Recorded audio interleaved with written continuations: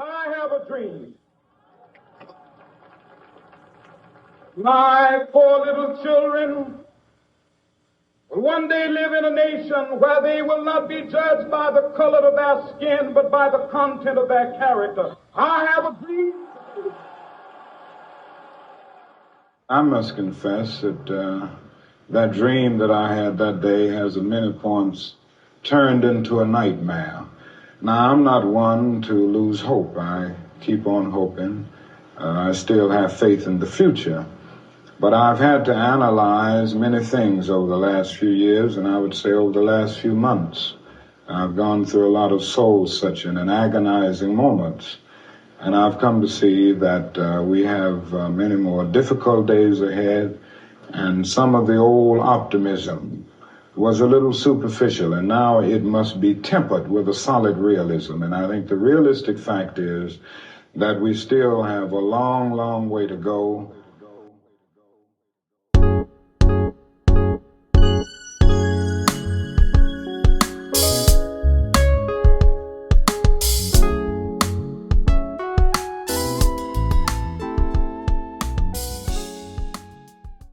It's the new year, man. I mean, it was Dr. King's birthday. I mean, we got, a lot of things to be thankful for. I mean, it's things I really wish we could talk about, but it's just so much that comes with it. Got to just be careful, man, nowadays. Because, that cancel culture is real. So, it's true. But I think that no matter what we tackle as far as, the topics, I think that we are mature enough to be able to address things and share our opinions in a way that's not particularly offensive. You're never going to give opinions without somebody being offended. That's true now I think about it. Yeah. But I think that we're able to not be particularly offensive, in the way that we bring forth. Because I watch and listen to some podcasts where it's just like, this is what I feel. I don't care what you think. Really abrasive. I don't think we come across in that way. So. I think if that does come across, I think Gary on the last video that's been released, the Kanye one, I think Gary handled that one with the response very well. Oh yeah. And I think that collectively, if we did decide to respond to some heckler or someone that feels opinionated or feel like they're offended of what we said, I think collectively we should engage in that same time. Absolutely. Every time. Yeah. You know what I'm saying? Professional, loving, exactly. kind. Because again, it's all what we're sharing. We're not sharing cold hard facts most of the time. Most of what we share are our personal opinions or beliefs and convictions, and other people have other ones that may oppose that. And so for them to share, it don't bother me at all. Even as trying to find a soft way to describe the comment that we're talking about. Even as aggressive as certain comments may be that may be opposing to what we think or heckling, like you say. For me, I'm peace and love, bro. Yeah. I'm glad that you have your opinion. Thank you for number one. Thanks for watching the video. Yeah, exactly. First and foremost, thanks for watching because clearly you watched it all the way. That's right. Yeah. And then number two, thanks for commenting because you're helping our algorithms. So God bless you. That's right. Go in peace. That's right. I have no issues with it, man. Me neither, bro. That don't bother me at all. Think about the most successful people in the world and their internet presence. They got people non-stop, 24/7 that are heckling them, talking junk, all that kind of all day long. You gotta either address it in love or ignore it. You know what I mean? Yeah, that's right. Yep. So if you guys, if you had 24 hours to live, where would you go? What would you do? And who would you be with? Wow. Family for sure. Only thing, the first and only thing that comes to my mind is family. Same here. Yeah. Same here. Yeah. I think about maybe traveling or trying to do something wild or bucket list type stuff. But if I knew it was just on the phone, arranging a plane and everything. Yeah, exactly. If I only got 24 hours, I'm gonna be around my family. Yeah. I'm gonna spend that time on the phone calling and saying, "Listen, y'all, I don't know how I got this revelation, but it's only 24 hours. So I'm gonna need y'all to all come to my mama's house. Yeah. And we're gonna, have one last get together, whatever. We're gonna cry, we're gonna pray, we're gonna laugh, and all of that. See, that's a good point. Before you even get to that point, right? Let's say that that's real, right? Mm-hmm. I think this is a good conversation to have because one thing that I have not started is my will. Mm-hmm. And I think that that's something that should be in discussions with everyone. Yeah, No matter how old you are, Right. you should get things prepared. Get them in order, yeah. Like really, as soon as once that thought really triggers your mind or hits your mind, you should start at least jotting some bullet points or some thought process down of who's going to have what or whatever, put things in order. Yeah. So that's really a good question to have as far as 24 hours. But definitely I'd be with my family. Sure. I'd definitely be with my family. Same here. Yeah, be with my wife, parents, stuff like that, my brothers and things. I think that might text you guys. Right. I'll be over there. Yeah. Show up. Right. I will show up. Right. Real quick. You mentioned a point about the will. I think it's important to mention, especially in our community, because traditionally or historically, we think of people having a will as some people with, massive estates. Yeah. But the truth of the matter is that no matter what your assets are, if they're small or big, when you leave here, you don't want there to be any confusion or problems among your family or the government or whoever. You want it to be as seamless as possible in order to make the grieving process that much easier for those who you leave behind. And so no matter if you got, $100 in the bank or $100 million in the bank, you need to have something set in place where your assets are automatically handled. Yeah. You know what I mean? That's exactly right. When you leave, because we're all leaving. Yeah. I mean, let's be real. And looking at setting up a trust, that's something important. That's important. That's really what I want to start studying and getting up on. Yeah. That's trust. It's, yeah.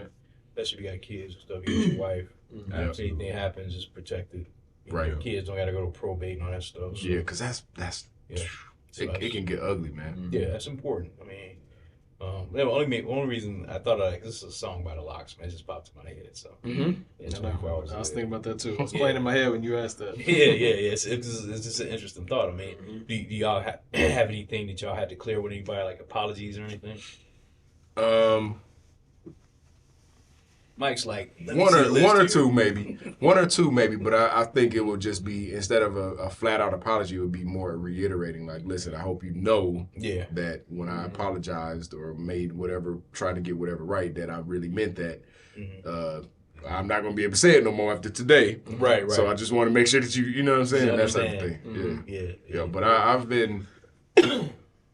I've been blessed enough in my life to come to a point where a lot of the wrongs and the crazy stuff that I've done and experienced throughout my life has been corrected in one way or another. Pretty much all of it. Yeah. And now I'm experiencing a stretch of time where, I'm not making enemies these days. You know what I'm saying? That's good. That's good stuff. I'm abiding in love and peace with people who I come into contact with as much as possible. Yeah, that's real good, man. That's powerful. Yeah. So, any other thoughts about that? Yeah, it's a lot of thoughts about it. Yeah, because if you're talking about, see, I got a brother I haven't talked to in 12 years. You see what I'm saying? And if I had 24 hours, how do I reach him? Yeah. You see what I'm saying? How do I engage with him? I got a brother that haven't met my kids. Wow. You see what I'm saying? So how do you deal with that? And if you watching it, Jerry, the first thing I want to say is that I apologize. I have no idea what I've done. You know what I mean? But I apologize. I forgive you. I just want you to forgive me. You see what I'm saying? I think that's important for us to start considering our life and how valuable time is. You know what I'm saying? Wow. Yeah. And how valuable time is. Yeah, it is. It really is. And guess what? These gray hairs is not going away. I'm getting more. So, and the further, and I'm 10 years older. I mean, younger than my brother, man. I looked up to my brother, man. I don't think he realized how much I looked up to him. Yeah. And then this past, 12, 15 years I haven't seen him or whatnot, it's like, dude, I'm not even the same person I was. You see what I'm saying? You it's won't even. What would the conversation even be? Yeah, right. I don't know, brother. Where would you even start? Yeah, I don't know, man. I don't know. Yeah. And the thing is, he has kids and he has children that's old that never met me. And And then I'm not going to say it hurt or anything, but it's just that it's confusing. Yeah. You know what I'm saying? It's like confusing. You got family out there that you don't even. Right. Yeah. You know, it's just so weird, man. Yeah. I understand exactly what you're saying. You know, that's definitely weird. Strange, man. Yeah. I had a cousin that I was estranged from for. It wasn't nearly that long. It was probably about 6 or 7 years, and I mentioned it to y'all before. But it got to a point where I was like, I don't feel comfortable living my life knowing that somebody who is this close to me lives in the same city, not even just close to me as far as blood related, but we're in close proximity to one another. I'm 20 minutes away from where you live. That's crazy. And I couldn't do it, man. It got to a point where I made up in my mind like, I'm going to at least reach out, because if we live our lives and never come back to one another, it won't be because of me. It won't be because I haven't made the effort. And I think I'm at the point where family is so critically important. That's why the 24-hour things, that's the first thing that comes to my mind. The most important thing to me in this world is my loved ones.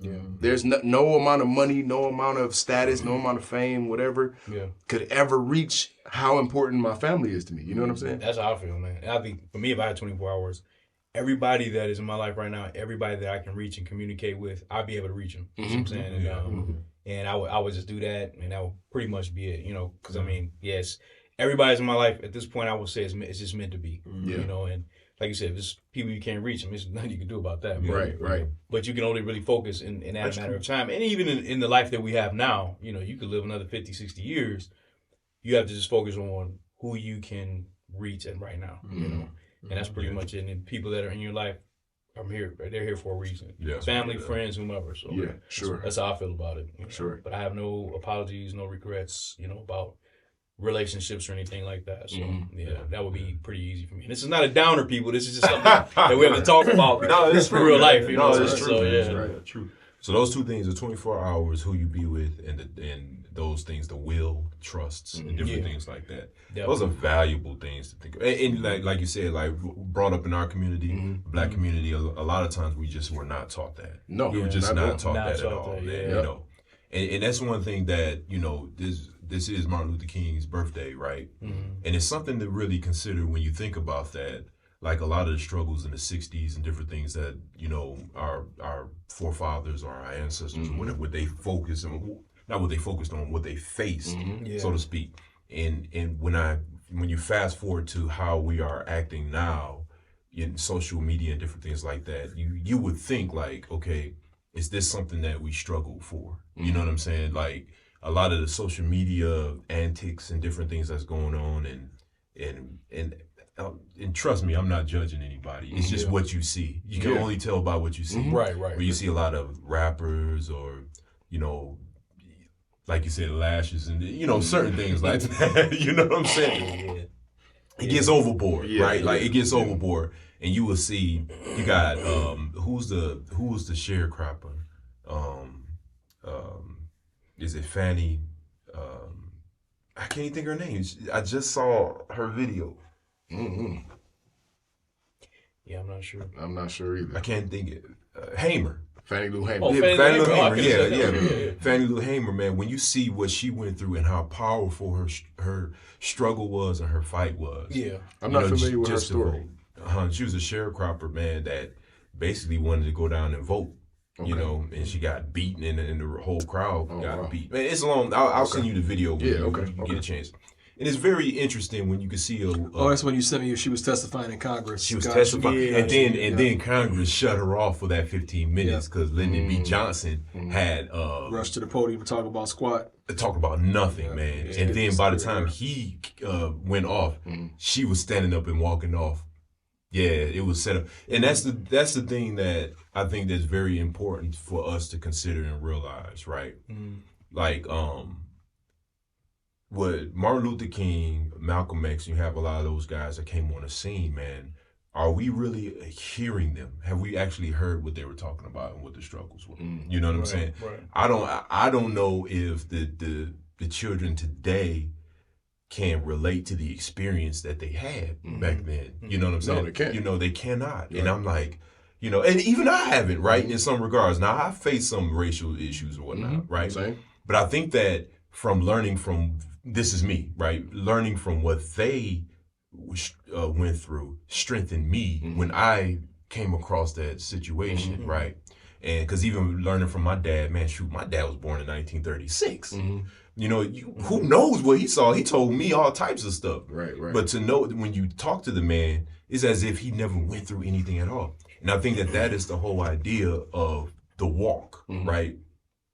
When you talk to me, who are you talking to? You don't know my experience. You don't know what I've been through, but it's how God made me to be right now, so I can be an example to those that came after me. You know what I'm saying? I think that's the thought process, and that's kind of what I gathered from Martin Luther King and like I said, Malcolm X. Like, you can't forget Malcolm X. So I think a lot of people, they look at Malcolm X in the wrong light. You know what I'm saying? I think that if you really listen to this man, he actually hit on some very, very powerful topics. Absolutely. And the thing is I'm not sure if people took a step back to really hear him out, to see what he was talking about. You know what I'm saying? I think that they just saw an angry black man, but it's a little bit more to that. You know what I'm saying? Yeah, especially later on in that. his I don't know, we'll call it ministry. Yeah. Especially later on in his ministry. Yeah.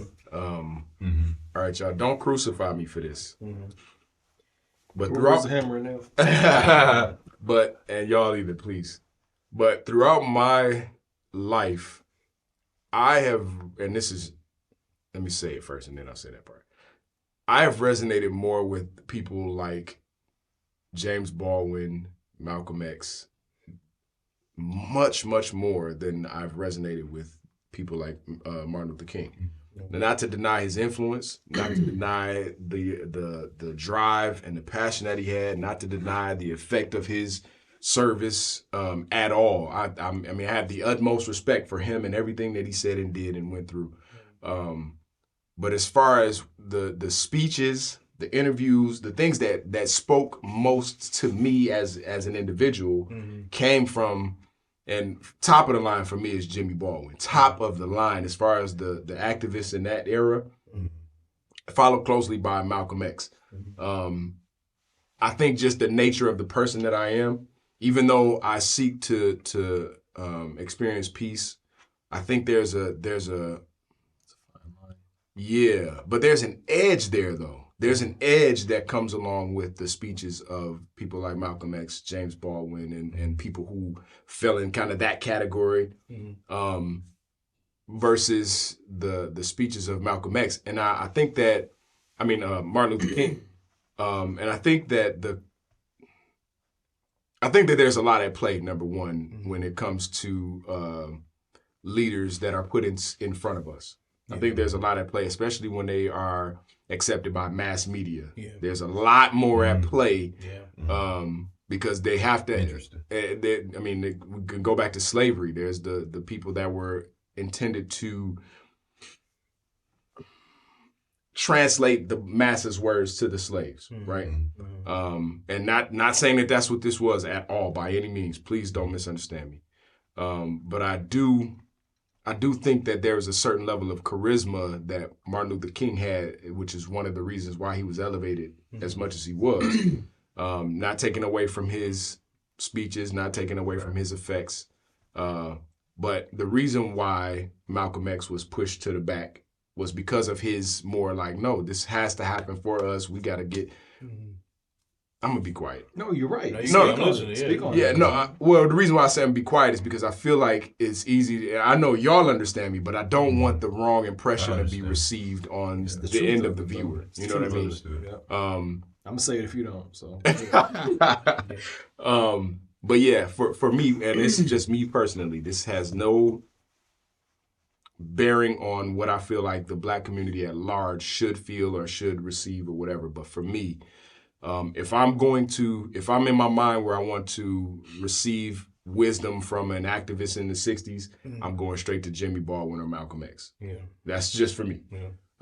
I really appreciate that entire time period in the Black community because it was a catapult. You know what I mean? Yeah. We had the experience of slavery, then we had the experience of abolition, and then emancipation, and then the early days of Jim Crow and sharecropping and all of those things. It was a progression that was kind of a slow progression in my mind. Mm-hmm. And then there was a period where these great men and women, all of the activists in the what became known as the Civil Rights Movement, it was almost like it would press fast forward on our position in this country. Yeah, absolutely. But what disappoints me is I feel like we fast forwarded so far, and then we got to a point where we are today, where it's almost either stagnant or either moving in the wrong direction. Definitely. You know what I'm saying? Yeah, absolutely. And so I'm disappointed by that. I would like to see maybe we can guide the discussion that way at some point, how we can recreate that, because I know we have things like Black Lives Matter and some of these other movements that are kind of like fireworks almost. They pop off in certain parts of the country and they get really hot really fast and blah blah blah, but then they start to burn out. They seem like they burn out. The Civil Rights Movement kept its momentum. You know what I mean? Right. How can we recreate that? How can we go from where we stand today, where we got, I don't know if y'all saw these Martin Luther King flyers. Have y'all seen those? No. I got to show that to you. Boyce Watkins posted it yesterday. They're like club flyers with Martin Luther King's face. Like one of them got his hand like this, talking to money. One of them got it doing like this, and it's wild. Right. Where we are today, I would like to figure out amongst intelligent Black people who are looking to progress our community, how can we go from where we stand today in this country to get to another catapult, that fast forward again? How can we repeat that process? It couldn't have been just lightning in a bottle. Right. It can happen again because it's happened in other countries all over the world. No, I echo a lot of the same sentiments. I look at, I think Martin, because he had a pacifist approach, which means you're in a more of a negotiating mindset. And you're focused on trying to repair and recover something and have a situation be better than it was. Looking for two parties to come together that don't get along, don't see eye to eye. And at the end, you want them to be together, so you make some concessions. You don't come with the edge like you talked about with Baldwin and Malcolm. So he was looking towards, trying to achieve that goal of peaceful unity. Whereas I think Malcolm was speaking from the standpoint of this is the reality of what it is, and I'm not going to sugarcoat the message. I'm not going to tone it down to appease anybody because they don't do anything to appease us. Why should I? You know what I mean? So I definitely think I also look more to him, and I think people had a misunderstanding of him, and accused him of almost being like a racist in his own right, and I don't think that's what it was. Again, I think he was speaking on what he saw, and just again telling the reality of what I think he was faced with, what he experienced and what he went through in his life. Right. But I also think on the media side, you know what I mean, that I don't think it was just MLK's charisma. And I've talked to the three of you all about this already. I don't think it was just his charisma as far as why he was catapulted and why he was given more limelight.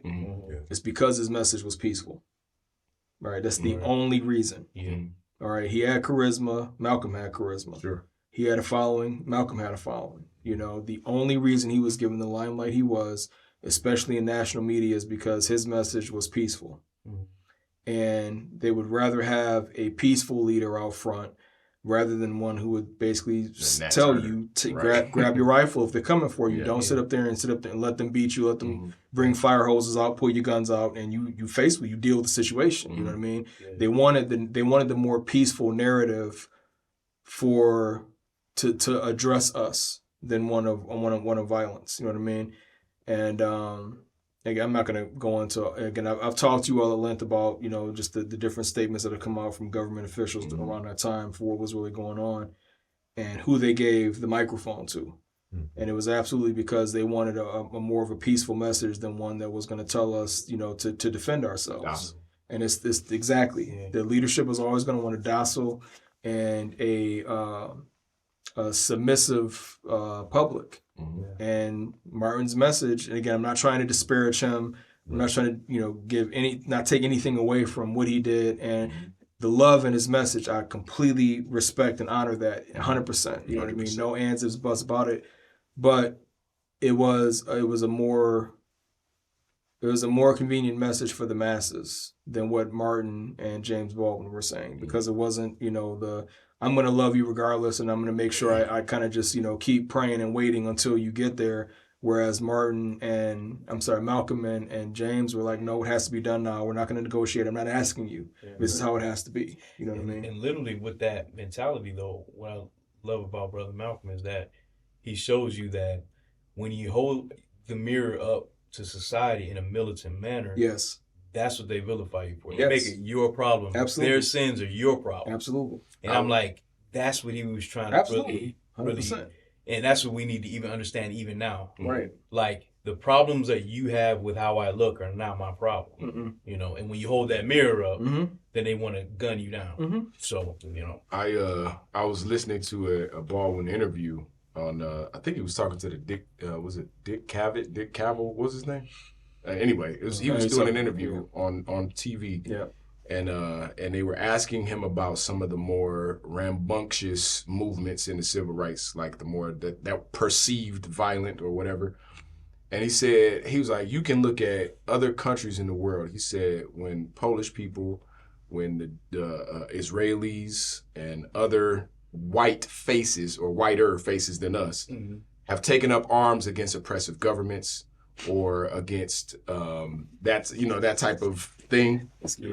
Any other time that you've seen that and that white face, and I'm not trying to say this to be racist, by say what it is, man. That face says, I'm holding. You see that image with a man with a rifle that says, "Give me liberty, give me freedom, or give me death." The world cheers. The world cheers because that's what we are about. We're about freedom. You can't take that person's freedom. But if you see a black face, the exact same phrase, word for word, give me liberty or give me death, then he's a villain. He's a danger. He's a threat. There's no longer the cheers and the hurrahs and the parades and all that kind of stuff. But go ahead. That's just ties into what you're saying. I think the hypocrisy and the double standards in the country we live in are obscene, and that's a prime example of that. Because like you said, the same thing can happen in both ways, but it's always going to be bad for us. I mean, and I love what Dr. King stood for. I really do. But it is painful to know, no matter how much you love and forgive and try and line up with everything, you get beat over the head anyway. I mean, and you come to a point in your life like, when is enough enough? I mean, I get tired of going into restaurants and stuff and getting stared at. So I'm spending money, man. That's all you should see is green. Don't look at what you think you see with my color and what the media has fed you to believe that I am, because whatever you're thinking, trust me, I'm not. But the double standards that dictate how things play out, that's what we got to deal with all the time. Because we can always go to, in recent times, the milestone we're at now is the January 6th insurrection. If that were us, if that were say for January 6th massacre. Yeah, massacre. We'll just keep it small. No, that's what it would have been if it was us. It would have been a massacre. Yes, let's keep it small. If it was just the four of us. Right. They would have killed black people within 100-mile radius just for the simple fact that they were black and we represent. And armed. Right. And so the double standard is, because let me tell you, they just let release some information about how disgusting and vile it got in there. Oh yeah. And I mean, these people were urinating, feces, destructive, throwing furniture. They got into Nancy Pelosi's laptop. I mean, all these different things that if I just run from a police officer, I get shot in the back. So it gets tiresome, and I really want people to understand, black people and whoever's coming into this country with their preconceived notions about what they think black people are, what they think we're all hip hop and all this stupid stuff. I really want them to understand that We're none of that for the most part. That's like a small percentage of what you think you see. Like whatever you're seeing on streaming or whatever you're seeing on social media, it's a very small percentage. Like we represent a much greater good than they can ever know, but we get vilified simply because of our skin. I tell my wife all the time, like, I will never understand in all my years how you could just look at somebody and they're automatically bad just for the tone of their skin. That just will never, it's not logic. And I think the ignorance of it and the stupidity of it all is more magnified now because we're in a social media world now. Right. Everything's meta. So that it gets more magnified now, you know, and it just gets really tiresome and boring and it's really square and lame, man, the mentality. But what I'm finding and what resonated, the thought that resonated with me most the other day is the cowardice of racism is more amplified online. It's just that because cowards love to hide anyway, right? So they get to say and throw a rock and hide their hands all the time, man. I mean, it's easier and it's more fun to them now, and they think it's funny, you know. And I would admonish them, I would implore them to look at this type of video and understand that, hey, man, we're a lot smarter than what you think. You know, in our minds, we are dangerous people with our minds. You know, we're not sitting around with all the stupid little anecdotes and things they come up with who they think that we are. We're not that. But I do love Brother Martin's, his scope and his vision for peace in a beautiful, peaceful world 100%. where little black boys and little white boys could walk hand in hand. I love that because that's the way it should be. That's how it should be. And even if it's a fantasy or if it's something that we could just hope to imagine for, it's still a beautiful dream to have. It really is. But it unfortunately hasn't been afforded to us as a reality. It's just it's a tragedy that we have to sit here in 2023 and know for a fact 60 years later that's still a dream. It really is still a dream, unfortunately, and tragically. And I hate to say that, but that's just our experience. You have to think that there's a driver behind that, right? There's an absolute driver behind that, and I'm not going to say I'm not. I'm just thinking, you know, just listening to you guys talk, man, just more and more. And I'm thinking like, okay, what is that driver? Why is it 2023 and we're still struggling with that? You know what I'm saying? Like, the civil rights movement of that time was in the 60s, 50s, you know what I'm saying? And why are we seeing these things right now? And you can't lie and say you don't see some of this stuff, right? Don't be honest, right? You know what I'm saying? You do see this stuff, right? But I'm thinking to myself, like, okay, Martin Luther King had a dream, right? And we know that is not our reality, okay? But what can we do to move forward? Do we change? What has to be changed, right? Do we have to change? I mean, and then we have to ask the question, why do I got to change? I'm not the one. You know what I'm saying? Like, how do we do it? That's just a question. How do you get it done? So ignore the devil. And that's the driver. That's what I'm saying. And the thing is like, one thing that I'm careful of trying not to do is generalize, right? Because we don't want to think that that's what happens to us. That's what happens to us. And that's the thing. I don't. Even that's happened to me. I want to be real within myself to know that there's another driver here. Yeah. Okay. Yeah. That's kind of like how I'm thinking. There's a driver here that's causing people to be at odds with one another.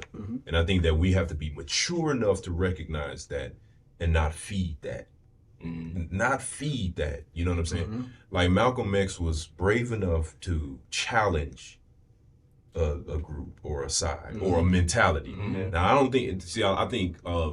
See, from that side, and I'm not trying to talk for white people or anything, and you know, and I just I hate the term white, black, and all this, but we've just been placed in a society that just labels it like that. You know what I'm saying? It just labels that, and to me, that causes immaturity in a way. You know what I'm saying? That's just from my standpoint, because we've been dropped in this environment where labels been placed upon us. You black man, you white man. It's like, come on, man. Okay.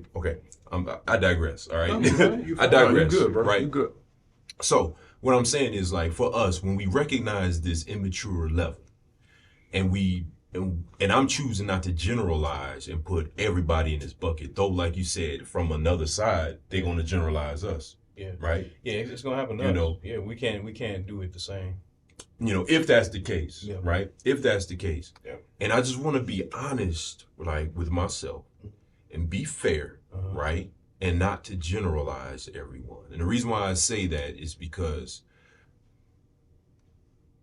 a lot of times people are given what to think. Yeah. True. A lot of times people are raised to think the way they think.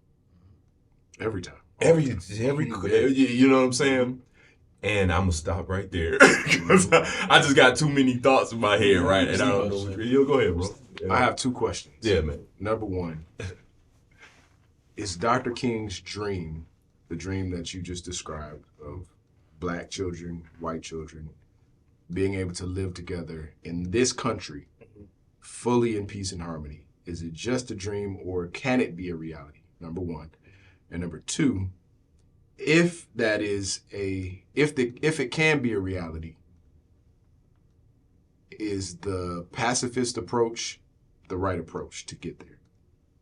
I think it can be reality. I think in some ways it may already be, but I think it just has to be normalized. Really, I mean, I think his dream is something that people in their hearts might want to exercise and see. People of all walks of life, but I don't know, man. I'm of a mindset where we have to really, it's some things we really have to fight to ignore. And it's a lot to that, what you asking, you know what I'm saying? Because the pacifist approach, see, man, I love the idea of just love conquers all, right? Mm-hmm. I mean, I don't know, maybe that's too romantic or whatever, but I love the idea of that because if you really think about it, if we just keep to ourselves, love our black women, love our children, and focus on that, no distractions, none whatsoever, I think we can win. I really do. Because there's so much power that resonates just with that, but you can't let nobody in, And if I'm being real and really honest, the generalizations just don't work. I mean, because I got people that don't look like me that I love and respect. They don't look nothing like me. 100%. And so we can't afford ourselves to be general about everything. We just can't, even though it gets placed on us. Mm-hmm. I mean, I've had people look at me and just frown. I'm like, I didn't even do anything. You're just frowning at me. So, but Dr. King's dream, I think it really can happen, but we have to be constant and consistent in how we attack certain ideals that come our way. So when I said ignore the devil, it's a lot to that. Mm-hmm. I mean, because if you let the devil win, he's going to have fun. I think we're at the point now I think we're at the point now, man, with the whole racist thing. Mm-hmm. The people that back that are just having fun, man. And they just love seeing our response. They're just toying with us. So, and then we reduce our power and we reduce ourselves by responding. See, me, I'm not going to even respond, and, I'm going to just keep moving forward. And I don't think that's being pacifist. That's more so saying, hey, I don't even see you. Mm. You know what I'm saying? Now, if you want to attack me physically, then we got a problem. But if you just want to call me the N-word or something or be disrespectful or ignore me, hey, I'm a position myself where we're just not going to be around each other anymore. That's one aspect of it. There's a lot more going there, but I think we need to focus on what we do with our money and our wealth and our finances and because that's where the real power is. And that's what only certain groups see. That's what they see us as. They see us as a dollar sign. So that's our power. That's our voice. You know what I'm saying? If I'm a millionaire, billionaire, I'm going to look for businesses that I can get behind, in a certain way. That's power. That's a voice, but the kids walking hand in hand, I think that can be a reality. I think in some pockets that may be a reality. Is that where we should go? With the kids thing? The hand in hand thing. Is that where we should even be aiming for? I don't always see how it benefits us. But I think ultimately, it just maybe helps for the greater good. I don't know, man. I can't really speak to it. I mean, I think it's been attempted many times throughout history and it's not working because you cannot change the hearts of men. Some men's hearts are so dark and twisted. I mean, there's a level of darkness out there, dude, that we can't even, it's like the tip of the iceberg. Yeah, man. can't the climb. level of dark, you can't even track it. Right. And so given that X factor, that gray area of darkness, the love that I'm talking about, I don't know if it can really tap into that. So I can't really speak to that level of darkness, that level of wickedness, man. There's people out here doing stuff, and I be watching. I consume way too much with the documentaries and things like that. There's people doing stuff out here, man, that I'm like, you're not human. You can't be human. So I can't speak to something that's non-human, that has a darkness in their heart. But what I can speak to is, and when we talk about Dr. King's dream, as people that definitely can see a benefit to a better thing, like what we're talking about. If you see a benefit, any benefit at all, if you see a benefit to it, then let's talk. If you don't, if you want to be twisted and you want your heart to be dark, then I can't really mess with you. I mean, what you think about that, G? I really want to. I actually got a thought on that, but okay. I want to hear what Gary. You go first. Yeah, go for it. I was gonna say, number one, I think that's the Doctor. We got to be clear. That's Dr. Martin Luther King's dream. You know what I'm saying? I have a dream. He has a dream. That's his dream. And I'm not saying that, all blacks need to stick together, all whites need to stick together, all this. I'm not saying that either, right? Not saying that I disagree with his dream or anything like that. Okay. But I have a greater placement for truth, right? Understanding, not saying that he's the truth or any of us. I'm not saying that right now. My desire is after truth, right? And recognize if that wicked one, that darkness is there. You see what I'm saying? Because even if you hold in hands, that doesn't tell you or deviate that this darkness is not going to be there also. Exactly. That eventually festers up. Infiltrators. Dude, you're going to always have, just like the civil rights. Civil rights movement had infiltrators. Any movement of good, there is a point in time where, man, even the Black Panther movement started pretty good at first, but there were infiltrators. The Huey P. Newton told you right off back. He said that our goals was this, that, and the third, right? And then so people started coming with us because they could carry a gun and wear a beret. You know what I'm saying? Yeah. That's all they cared. So you're gonna have people that they care about the how can I say it? They care about the trappings of a thing, but they don't care about the purpose of something across the board. You know what I'm saying? So when we understand that that's Dr. Martin Luther King's dream, so to speak, I think we have to consider and say, okay, I respect his dream, but that doesn't necessarily mean that that's my dream. That's a good idea. And trust me, people, I'm not talking about I'm against his dream at all. What I'm saying that we have to step back and think about, consider my actions, my responses, how I have to manage my thoughts, my dreams, my passions, and different things like that. Even like you said, the passiveness, right? Being passive, if anything, a person that's passive, I feel like I'm a very passive individual, right? With that in mind, right? Al, you said something spot on. You said about if someone does call you this, that, and I'm just paraphrasing what you said, right?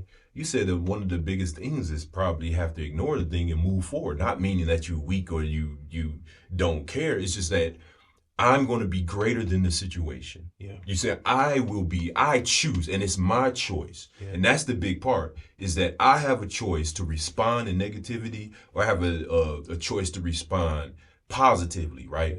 But sometimes your positive response may look negative and your negative response may look positive. You ever notice that? Because a lot of times, once again, let's go back to Malcolm X. Though Malcolm X was actually talking something positive from a different standpoint, it was negative. You know what I'm saying? You couldn't win. He couldn't win. And guess what happened to Malcolm X anyway? His own people killed him. So it's like that goes down the line. If you go down history, I'm getting excited. So no, you good. I'm just saying that it doesn't matter if you're aggressive, if you're passive. You're going to see your end for what you stand for. Once someone disagrees with how you believe or your thought process, even your individuality, so to speak, of good, true good, you're going to have some haters, hecklers, and someone that wants to devalue what you have. You know what I'm saying? So just as a closing from my statement for the dream, I believe that's Martin Luther King's dream, which is a very, very good dream, right? But I think that our dream should be greater. I think our dream should be very, very greater. You know what I'm saying? Is when you walk with that person hand in hand, another ethnicity or whatnot, you know, that I don't recognize you as a color. I don't. I look at you greater as a human. You see what I'm saying? I look at you as a blood that when I get cut, you have the same color that I have, right? Understanding that there can be situations that arise, but you know what? I said in my haste, all men are liars. I will not allow any thought in my mind to detour my path of good thinking towards my neighbor. Love my neighbor as myself, man. That's how I look at it, man. Let's take it a step further, man. You know, but that's my thought. That's just my thought, man. Elder? He's so goofy. It's a rough one, man. It is, man. It is. I mean, you gotta speak truth to power, bro. I mean, yeah, that's a rough one. Come with the heat, man. Come on. Yeah. Yeah, we all here for it, bro. Human condition is just messed up, man. Yeah. I mean, it's just like even outside of color lines, you look at the things that we do to each other, and it's just we're a flawed race. Yeah. Mm-hmm. And Mm-hmm. you mentioned that he had a dream. It's not a dream everybody shares. It's that his dream is some people's nightmare. You're never gonna have any idea, Man. that can be universally accepted. It's not possible. Mm-hmm. We're too different, and in some ways Right now. too self-persevering, and we see threats sometimes where they're not, or we believe somebody telling us there's a threat somewhere where it's not. Yeah. Mm-hmm. Yeah. And as long as there's people out there like that, you'll never have the kind of unity, universal unity that he dreamed of. Mm-hmm. Just the reality of it. Is it possible? It's possible if you eliminate certain types of mentalities from Mhm. human beings. Yeah. Mm-hmm. Yeah. Until you get rid of those mentalities, it's not possible. Yeah. And the pacifist part of it, I'm very, very big on, and talk to my kids about it a lot too, on if you get somebody that says something to you or doesn't like you, you have to be very careful about letting those people manipulate you or put you in a situation to respond, and they're trying to they're trying to work you like a puppet. Mhm. So you have to be very careful not to let somebody else's actions dictate your response that Yes. you wouldn't normally have for yourself. Yeah. But there's a limit to that. Mm-hmm. There's a limit to that in my mind, because I don't think a pacifist approach ever works with a violent, oppressive regime. Mm-hmm. Period. No 100%. exceptions. No Full exceptions. stop. 100%. As far as achieving a view of equality or fair treatment, Mm-hmm. you cannot have a pacifist approach with a violent, oppressive regime and get the result that the pacifist group wants, or at least not to the extent that they want. It's just not possible, because they don't speak that language. Mm-hmm. It's like me trying to go to We're a different living. country that has no knowledge, has never heard anybody speak English, and I'm trying to speak to them to get them to all speak English. It's not going to happen. It's not the language that they speak. Mm. So if everybody, again, if you were to get rid of or address or work on certain mentalities, yeah, it's possible. But that saying we hear in movies all the time, some men just want to watch the world burn, is very, very true. Definitely. And again, I think that America is not a pacifist country. Mm-hmm. I don't think a pacifist approach for us getting fair treatment is going to work, Mm-hmm. which is why I think Malcolm and the Black Panthers' effect is, in my mind, what led to the success we have today as far as civil rights. In my mind, as much as I love and respect and honor the vision of Martin Luther King, I think that the effect we have today is because when they saw people like Malcolm and Black Panthers grabbing guns, and they knew that that was the other extreme they'd have to answer for if they didn't succumb to what Martin was asking for. That's what I think made the real difference. Yeah. I think that, and I'm the kind of person, and again, it's conditional. And I'm okay with that being conditional, because again, it's very hard to have these absolute truths where no matter what happens, I'm this, I'm this, I'm this. It depends on what you're talking about. Mm-hmm. I'm a pacifist. I want to be peaceful as much as possible. You threaten my family. I don't like to have other people be able to dictate my responses to certain things. But if you threaten somebody I want to take care of and I want to protect, I'm not going to be a pacifist towards you. Mm-hmm.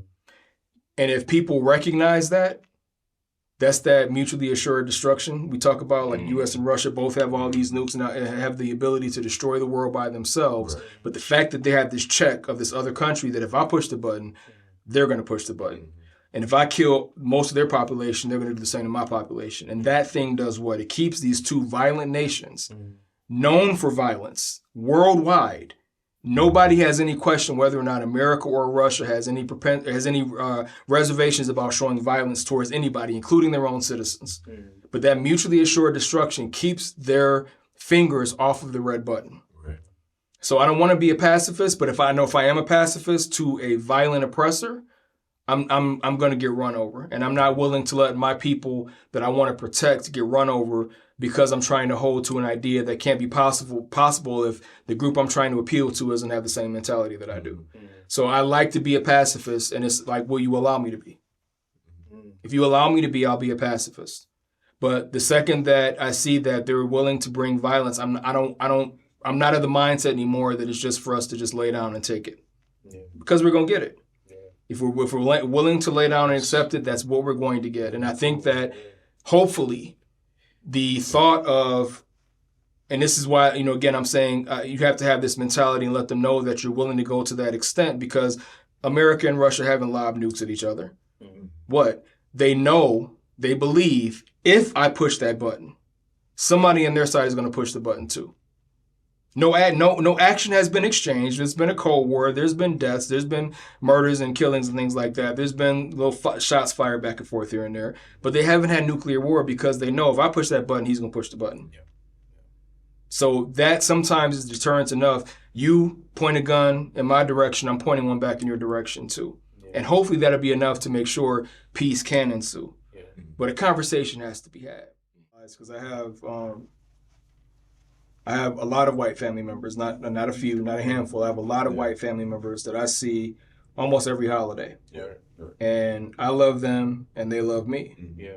And the start of some of those relationships were what kept me from going full bore militant, because where I grew up and how bad racism was there, I did have that mentality. Right. Yeah. But seeing them be able to embrace me and break that mold that I had seen for 7 years when I was up north, made me realize, okay, I can't be, like you said, I can't generalize. Even though I'm going to be generalized by some people, right. I can't generalize everybody else.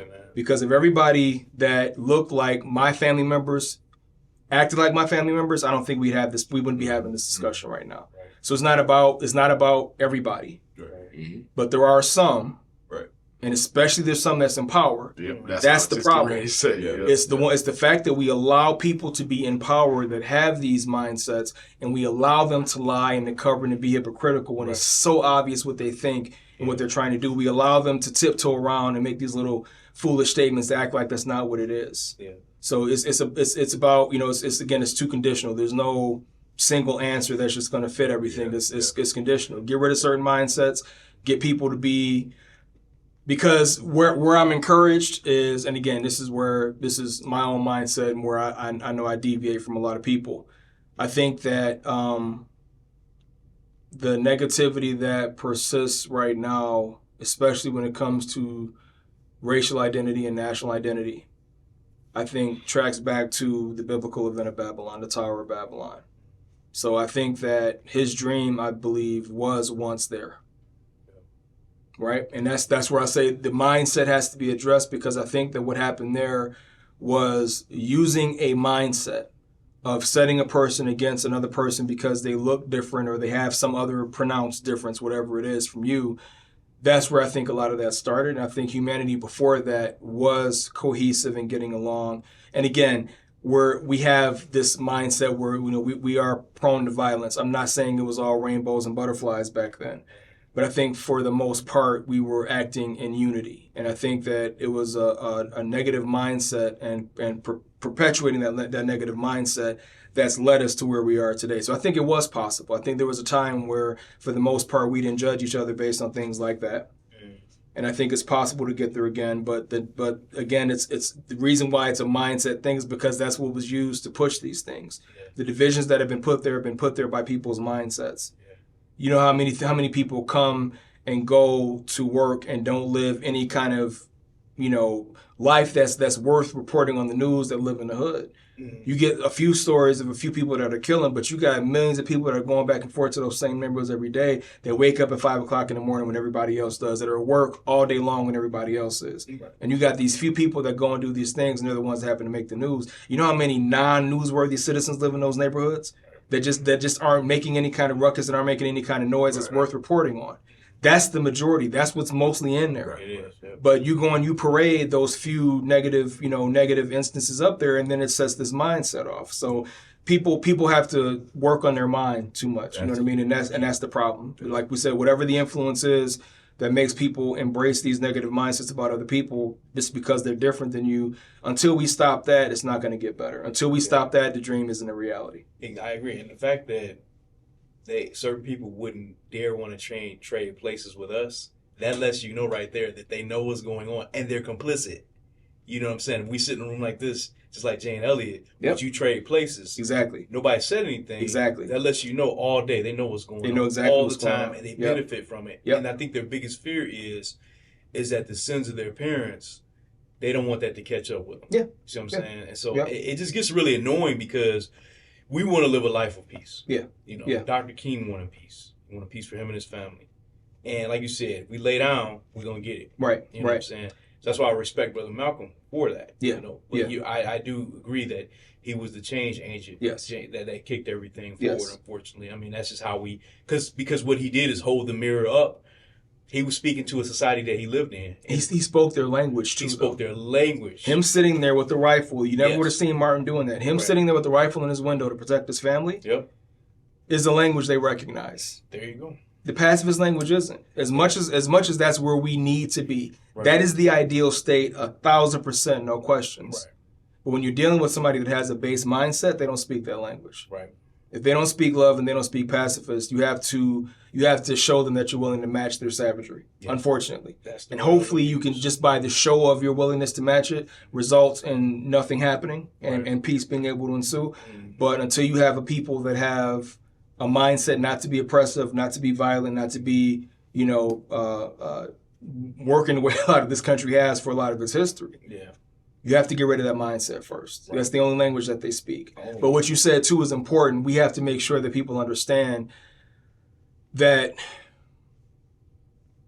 we're not looking to make anybody pay for the sins of their father. Right. We're not. And we're not the savages, though. No. That's the thing is. Right. I mean, someone gets projected on us, and we're absolutely 100% not the savages. Right. My father, my grandfather, my people, they're not savages. Absolutely. I don't come from any bloodline of savages, of animals, no murderers. Right. None of that. Right. But yet and still, walk down the street, get frowned upon. Yep.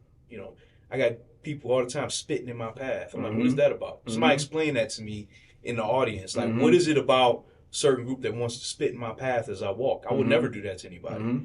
But that's savagery, though. Right. So I know I'm not a savage because savagery has happened upon me and very poor behavior, very poor public behavior. Right. And so my thing is that we know the truth of what's going on. Right. We know it all day. They know it too. But let's start talking truth because that's the solution. That's how we move forward.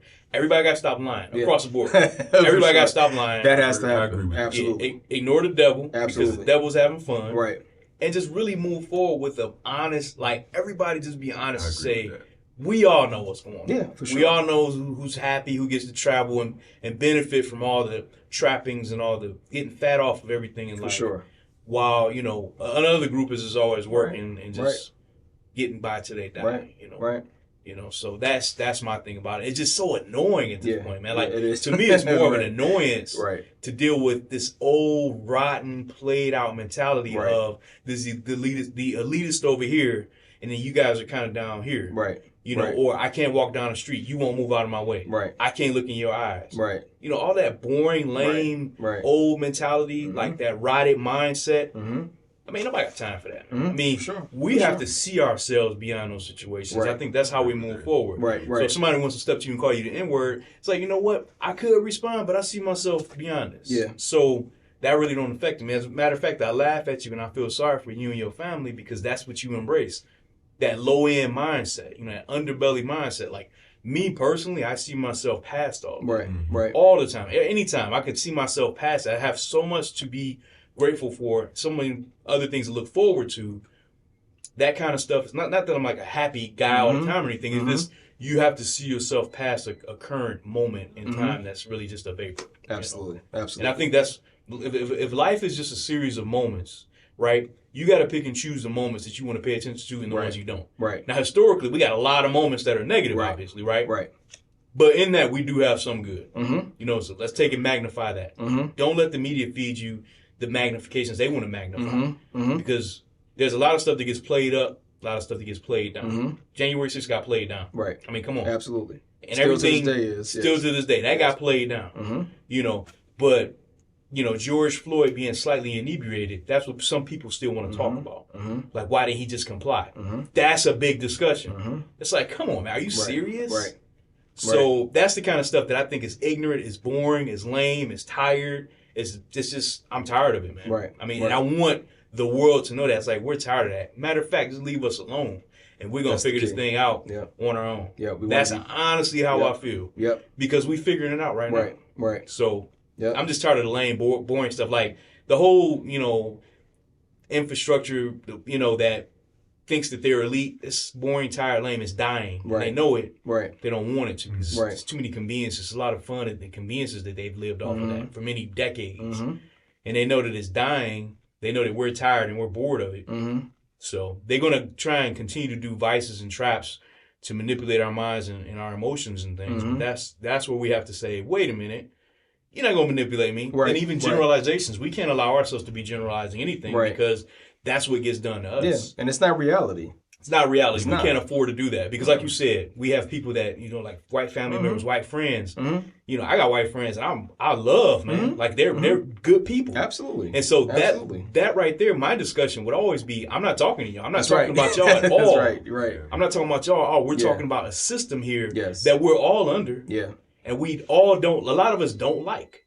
You know, so just we have to be the fair thinking ones. We have to be the bigger people all the time. And I think. I want to believe in my heart. That's really what Dr. King was like. I'm going to just be the bigger person here. I think so. Yeah, I'm going to operate out of love. So. You know, I got to, you know, because I'm dealing with animals. I'm dealing with savages. You know, and I know my time is coming. So let me just do what I can. Spread the love. Spread the gospel the best that I can while I'm here. Because I'm going to be gone soon. That's what I see in the mountaintop as well. I'm about to die. So I'm going to tell y'all, please love each other. Right. Please. I mean, the best that you can because hate is coming. Evil's coming. So...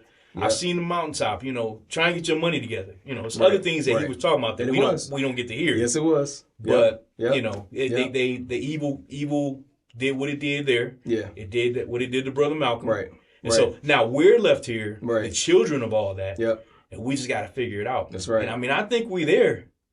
But we have to, it's some things we just going to have to ignore, man, because it's just so stupid. And I think they're worth ignoring. Yeah, it's just so dumb, dude. Like, some of the stuff is so lame. It is. You're like, come on, man. You want me to respond to that? Right. Yeah. And I want to reiterate that point, too, because I know in all the stuff I was saying, and I'm going to shut up after this, but in all the stuff I'm saying, love does have to be the overriding and the prevailing. It must be. It's hard to sometimes. It is. Because if somebody spits in your face, I mean, you're not going to be like, hey, I love you, any big brother. I love, you know, I'm not doing that, man. But the reality is that you have to just walk in love. Yes. You know what I'm saying? Yes. If you get attacked or if somebody spit in your face, okay, you deal with that situation as it is, but still see yourself past it. Yeah. But you have to just walk in love because if we allow ourselves to become consumed by some of the thoughts that we have, we can get real jaded real quick. I mean, let's all agree. Like, we can become really jaded really fast. Yeah. So that's what I'm saying. That's the goal of love. Yes. Is to say, hey, I'm going to allow my mind to embrace that because that's what's going to protect you. Yes. That's going to protect you from me. Yeah. And so that's why I have to operate in love. That's what Brother Malcolm... You know, ultimately, that's just like, hey, I'm trying to protect you here. So I'm going to just be loving, I'm be kind. Right. Because just like you can pull the trigger, so can I. Right. I mean, I can buy 1,000 guns with 1,000,000 bullets. Right. That's not the thing here. That doesn't solve it. Because, I mean, what are we going to just make each other extinct? Right. Exactly. So, exactly. Love has to prevail, man. It has to, man. I mean, because there's so much hate, dark and dying. It's self-hate. It's generational hate. It's people hating one another. It's husbands hating wives. Parents hating children. So hate is pretty popular, right? So why not just say, hey, you know what? Why not be one of the people that say, I'm going to just try love? Why not? What do I have to lose by loving my brother? You know what I'm saying? Even my brother that may have done me dirty. It's like, man, I'm gonna give you a pass and I'm gonna love you anyway. Keep doing me dirty, you ain't gonna see me again, but I love you anyway. Right. It's difficult, man. It's a complicated web of emotions to maneuver. It is. We're always stuck with holding that bag, right? But what else do we have? That's what it is. Yeah, that's what it is. We can handle it, but yeah. So I think we're good. Yeah, I think we're good, man. They're over there thinking though, which the wheels are turning. I mean, no, that's a lot. That's a lot to say. You go ahead, bro. I'm good. Yeah, it's a lot. Yeah. All right, we can start recording. I guess. Yeah, I'm trying to. What time is it? It's 7:26. I love love. Man, it's early. You said what? I said I love love. See, I that's think real, a lot though. of times. I mean, that's real. I think love. Sometimes we don't know what love look like. Sometimes as well, because a lot of times people think that love is weakness, and it's not. Absolutely not. You know what I'm saying? Love, it takes strength to love. For sure. It really does. For sure. And the thing is the more, like, once again, like, and I'm just go back to I would say my comfort zone. Like when I look at scripture now, like I never looked at the word of God when I was young. Never, man. It wasn't until I was in my 20s to start reading about. And I'm gonna tell you that not until the last maybe 3 or 4 years I really, really started getting serious about understanding what I was reading. You know, for I'm gonna tell you truth. Another truth is a lot of the times that I was reading scripture, I think I was reading for other people and not for myself. You know what I'm saying? It's a facade. That's real, bro. Yeah, I never heard anybody say that. It was a facade, man. But thanks be to God, like seriously, man, that God challenged me. You see what I'm saying? And that's the biggest thing. He put my back against the wall to really understand who he was. Because I was understanding God through the eyes of man and not through him. Right. And I think that's the key. I think that's the really key. And once again, to hear Martin Luther King say that I've seen the mountaintop, right? He knew he was a dead man, right? He knew it. Yeah. He knew his days were few. Yeah. Are we able to accept what he said at that time? Can you just imagine this man being there in front of 60,000 people plus, right? You know, at the Capitol, right? And he's saying this beautiful this speech, and he walks off the stage, knowing, but everybody else around him, maybe a couple of people, a couple of agents there knew they was going to take him out, right? You know, I mean, I think his days were numbered, right? It's never not happened in this country that an outspoken black man didn't get executed for something like that. So, man. Sure. Or a supportive white man. Like, it's true. Like, That's you know what I'm true saying? Like, yeah. a supportive white man, a woman, you know, they got beat, man. A lot of them got beat, man. That's true. Yeah. So that's the thing, like what you're saying, like, and I think that it's very important that you said this, Al, you know, the generalization. You got white friends and family members, and all of us do or whatnot, and we're not talking about them. There's a system here that's been strategically put in place that we got to recognize. Yeah. You know what I'm saying? And it wants us to gnash at each other and tear each other apart. Man. That system wants us to destroy one another in race, in house, out of house. It wants us to destroy each other. It's really all the powerful against everybody else, but they use race as the means of keeping us so distracted at the lower level that we can't even realize that it's really class warfare. It is. It's the top against the bottom. It is. But they're going to keep telling us, okay, in the bottom, you got this group, you got that group, they're your enemy, and you all fight amongst yourselves, so you don't realize what's going on in the background. So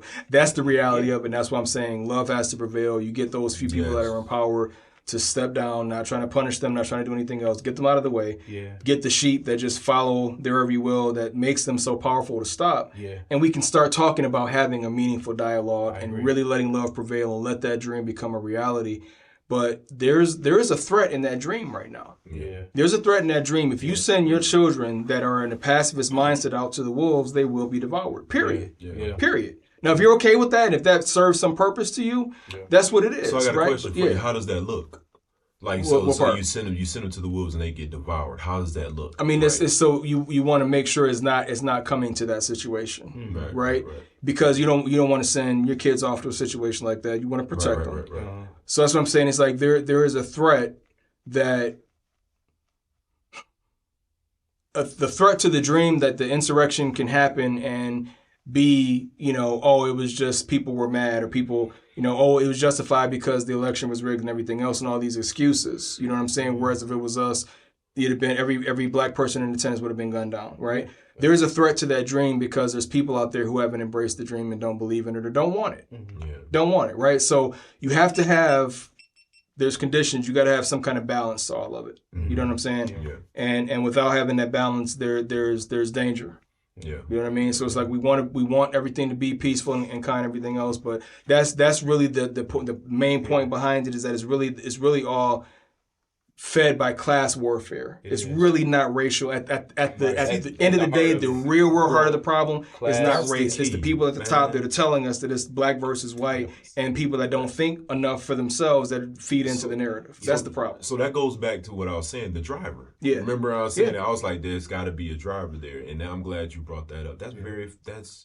That's phenomenal. That's something that we really need to consider every time. Because you got rich white people who look at poor white people as the same as us. They're beneath them, but in order for them to maintain what they have, they got to keep us at each other's throats. So you got news media networks that fit on one side versus the other side and keep feeding this narrative of this is your enemy next door to you when you don't realize it's really at the seat of power. That's really what it comes down to.